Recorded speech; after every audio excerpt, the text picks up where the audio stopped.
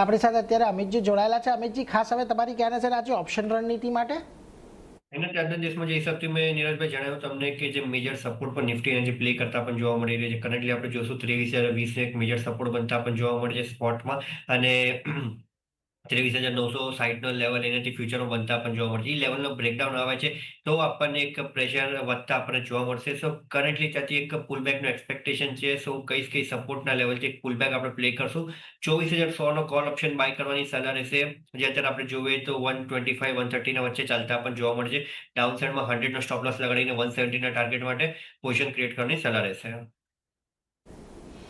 એટલે જુઓ, અહીંયાથી ખાસ કરીને ખરીદારીની સલાહ બનતી દેખાઈ રહી છે. 24,100નો કોલ ઓપ્શન ખરીદી કરીને ચાલો 130ની આજુબાજુ ચાલી રહ્યો છે.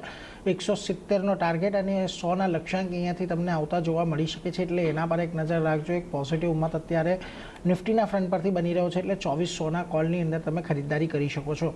આ તો થઈ